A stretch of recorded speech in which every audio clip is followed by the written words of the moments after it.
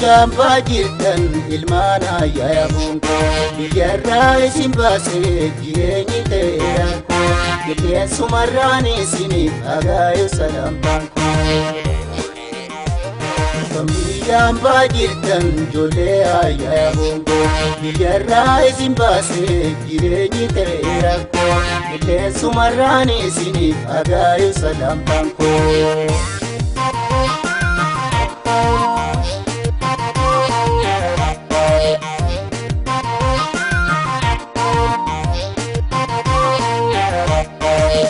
Majiruudhaatu ofee isin fageesse dhibee gadi teessan malee biyyarraa isin baase.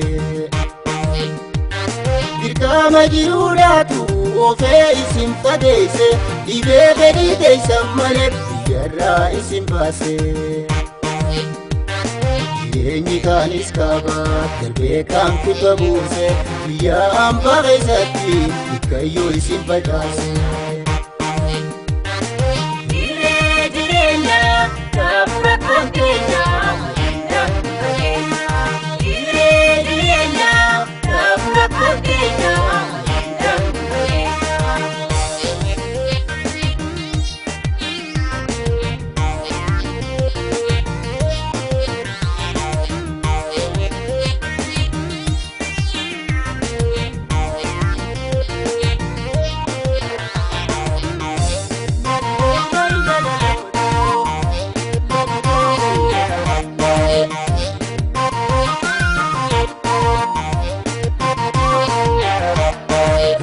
Gamba jirtan ilmaan ayyaa bunko biyyarraa isin baasee jireenyi ta'eera qilleensumarraan isiniif dhagaayu salaamtaan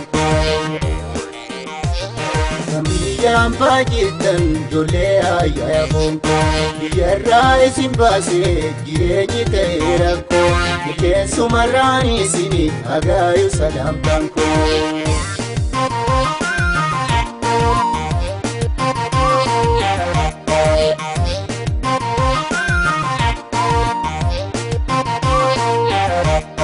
Jireenyitti hammaatu faddaannu bittinneesse osoo lubbuudhaan jirru walharkaaf nu deebiise.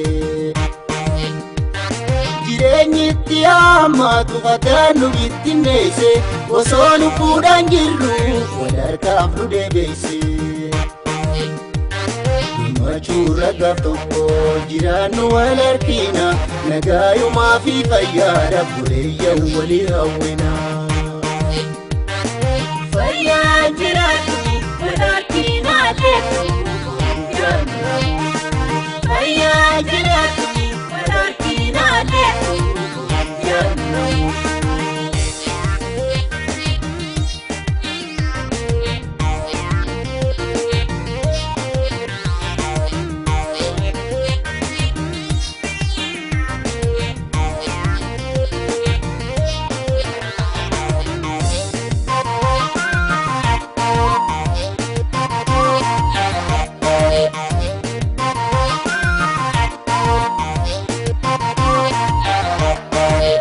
Gamba jirtan ilmaan ayyaa bunko biyyarraa isin baasee jireenyi ta'eera qilleensumarraan isiniif dhagaayu salaamtaan Gamba jirtan ijoollee ayyaa bunko biyyarraa isin baasee jireenyi ta'eera qilleensumarraan isiniif dhagaayu salaamtaan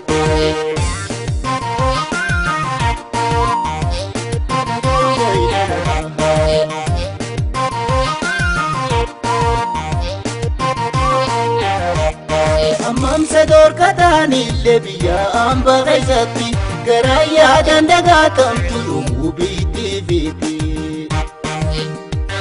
Hammam sadarkaanillee biyya hambaa keessatti garaa yaadaan dagaatamtu yommuu biitti fiiti. Biyya ormaa duroomanis kan garaan nama yaadu rarraamaa jiraachaadha jiruun gammachuun qabu.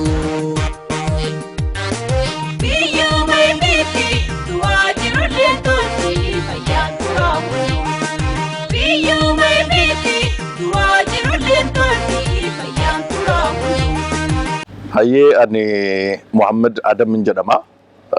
Dhalataa Jimmaati. Jiraataa biyya Jarmanii magaalaa Baayirni. Asitti dhalachuun dhugaa asitti hin dhalanne. Oromoo gurraacha kana ilaalaa jirtu. Jimmarraa egaa namni kamiyyuu yeroo keenya keessatti jenereeshiniin kan koo kan asitti argamnu hariinuyyuu rakkoodhuma wal fakkaataadhaan kan nu biyyaa baane.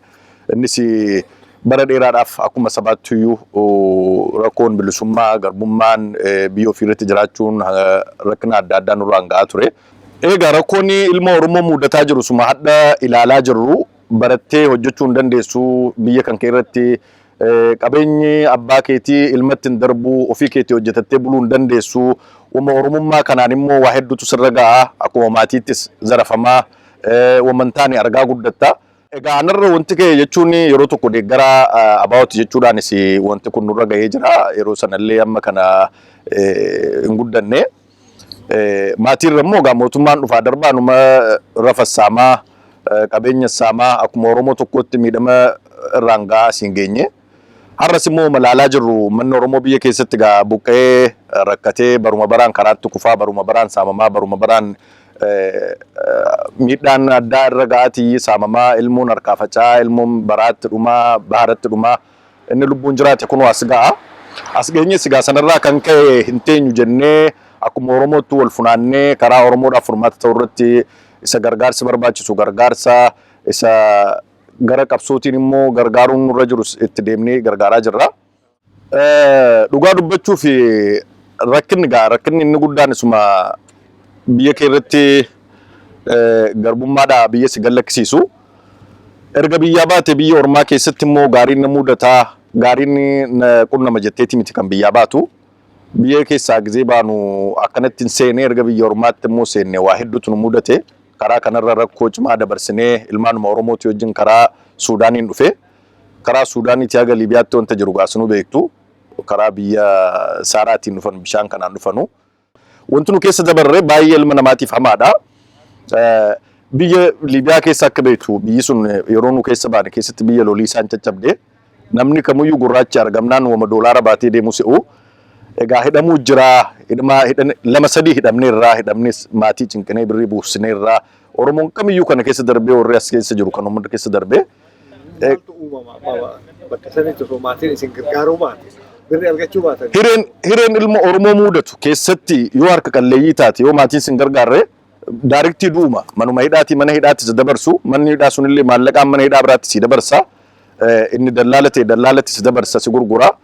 Yoo hiree argattee jette maallaqni maatiin kan kee buusanuu kan si qaqqabeennaan keessaa baatu. Maaliif karaa nama beektuutiin illee birriin si bu'uu hin danda'u waan ta'eef. Kanaaf karaa fa'aarratti qaamuma namaa kanaayyuu kalee fa'a nama keessaa baafattu maalii waan akkasiitu jira jedhama. Kun sirriidhuma. Ani dhugaa dubbachuu fi wanta jireenyaan koo keessa darbe jedhee yaadadhu yoo jiraate karaadhumarra deemnee dhufne kana karaan kun irra deemnee dhufne kun karaa baay'ee hamaadha. Karaa ilmoon Oromoos keessa bahee naa darba jedhee yaadee biyyaa itti ba'a jedhee amanuu miti. Erga keessa gallee waan agarreefi karaa kanallee utuu yaadinaa jedhee namatti hime kanumaanuu chaansii argadhee natti tola. Namni makiinaadhumaan dhufaa. Makiinaan immoo gizee dhufu makiinaa ati filattiiti miti kan keessa teessu makiinuma intiniitti si fe'u sanarraa iskufnaan namni dudduubba deebi'ee si yaadatu hin jiru gaa kana warri karaa akka kootiin dhufan sirriitti beeku warri biyyaa immoo kana hinumayyuu yaaliin jedheen dhaamsa qaba. Wanta yaalamu miti karaan nu yaallee irra darbarre. Asoo biyya kana dhufamee irra jiru jedhama. Jireenyi isaa ta'ee amma namoonni baay'een toora miidiyaa kana yookaan feesbuukii fa'aa ni hiriyaa miidiyaa jireenya gaarii waan jiraatu fakkaata. Maaltu jira jennuun maal fa'aa Egaa ilmi namaa dhugaa jette Jarmanii keessaa hedduun namaa gaafa biyya ta'anii silaalan waan keessatti immoo Saamsangiin zamanaa kun gizee footoo feesbuukii kanarratti ilaalu namni oomisii darbee jiraatu itti fakkaata. Biyya kana keessatti jireenyi baay'ee hamaadha. Dhugaa dubbachuuf biyya kana keessatti baay'ee hamaadha ilma namaatiif. Maaliif biyya kana keessatti waraqaa argachuun ulfaataadha. Waraqaan hin jiru. Waraqaan immoo hamma argattutti barumsa illee argachuudha baay'ee ulfaataadha. Siistamuma keessa galuudhaaf baay'ee rakkisaa. Akkasitti kun hedduun keenya illee waggaa 5-6 akkanatti mana teenyee dabarsine biyyi kunis baay'ee hamaadha siistamni isaa. Amma erga Jarman kana dhufte gara waggaa 6-7tti lakkaa'amaan se'a. Yaa.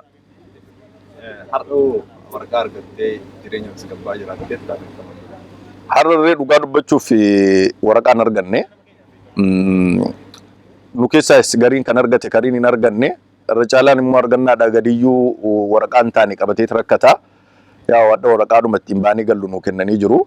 Sanumaanuu immoo mana qabattee jiraachuu hin dandeessu, ittiin hojjechuu hin dandeessu, akkuma manuma baqataa keessa jiraatta. Jireenya amma kanaati gaarii jiraattu tokko hin jiru. Biyyi kunillee biyya ulfaataadha. Baay'ee ulfaataadha amma yaaddee oola. Kanaaf har'a amma biyyi keenya waraana gubbaa jira. Biyyi waraana weerarame immoo dargaggoonni baqachuu danda'u. Kanaafuu dargaggoota akka kee biyya jiran sanaaf akka isaan carraa baqaa kan hin filanneef wanti dhaamtu. Ani dhugaa dubbachuuf kanumatti carraa kanatti fayyadamee wantan dargaggoo hiriyoota kan koo ta'an umurii kan koo keessa jiranii fi dhaamsa qabu. Hireen biraa hireen lubbuu keenya baafannee mootummaa hamaa kana mootummaa kufaaru kana jalaa baanee jireenya gaarii jiraanna jedhanii bakkeedha hawwanu akka keessa bahetti natti hin fakkaatu. Hireen murteessaan yeroo ammaatti namni kunoo baddaan iyyuu ofiinuu haasa'aa jira. Namni immoo manaa bahu baddaan isaayyuu isaa da'oo isaati. Qeerroon furmaanni isaa biyyuma keessa taa'ee falmii isaa warra baddaa taa'ee falmataa jiru wajjin falmee biyya isaa bilisoomsee nullee bilisa baasuu qaban jedha. Nullee bilisa baanee waan hin jirreef. Ulfaadhaa. Wanti hafe jedhu ilmaan Oromoo diiyaaspooraa biyya alaa jiranu dhaamsi an qabu yeroon kun yeroo ollaan keenya ka'ee hidhatee nurratti wal nyaataa jiru wal fixaa jiru. Namuu xalaata isaa yookaan wadaaja isaa adda baasee biyya isaatiif hamma ta'etti waa gumaachaa jiru. Yeroo kanatti waraana adda bilisummaa Oromoo bira dhaabbadhaa. Gargaarsa ji'aa godhaa. Abdii itti horaa biyya keenya bilisoomennaan Rabbi nu agarsiisu. Biyya keenya Rabbi nuuf bilisoomsu. Oromiyaa bilisa nuuf baasu. Mootummaan kun immoo mootummaa kufee jiru. Warri jalatti illee hiriirtanii poolisii taatanii makalaakiyaa taatanii federaala taatanii jirtanu.